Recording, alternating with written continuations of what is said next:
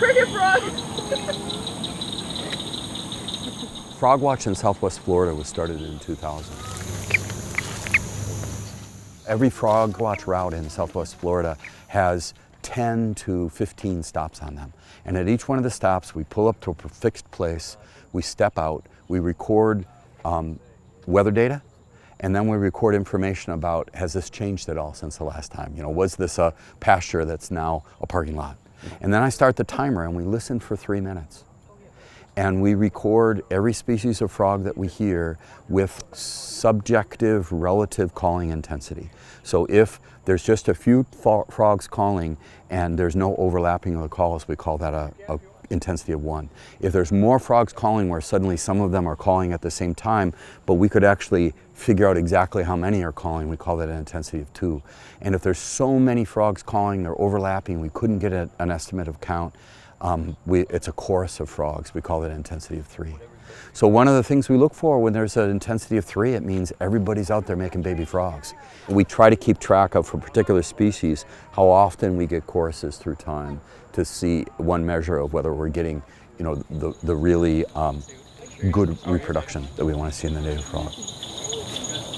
On the split open cocoa plum right there, little baby. Oh my God! It's a little weird because you just come out, like we'll listen tonight. And you've probably heard this expression before, absence of evidence is not evidence of absence. There's frogs out there that are not calling right now. So the fact that we don't hear calls doesn't mean they're not there. So that's why you come back, you listen again, you listen under different conditions, you come at different times of night. We have a route here of 13 stops. And we try to start the route from a different place each month during the rainy season so that we're hitting things earlier or later each month.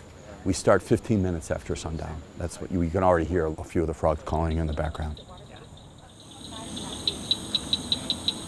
The thing about almost every frog is that it spends a critical part of its life history in water.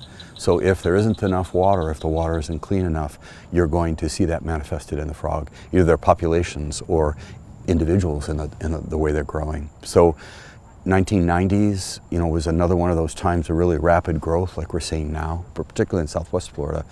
And so the idea was, as we grow, if we drain the landscape to put humans on it, are we going to see the frogs disappear? And if the frogs disappear, it means that we're losing critical wetlands that have a whole suite of functions. So that's this idea of frogs as an indicator, as a canary in the coal mine. Tanner, what is that? That is an oak toad. It's the smallest toad in North America. Why are frogs important? If we have a healthy population of native frogs, we're managing our wetlands well. And if we don't, we aren't.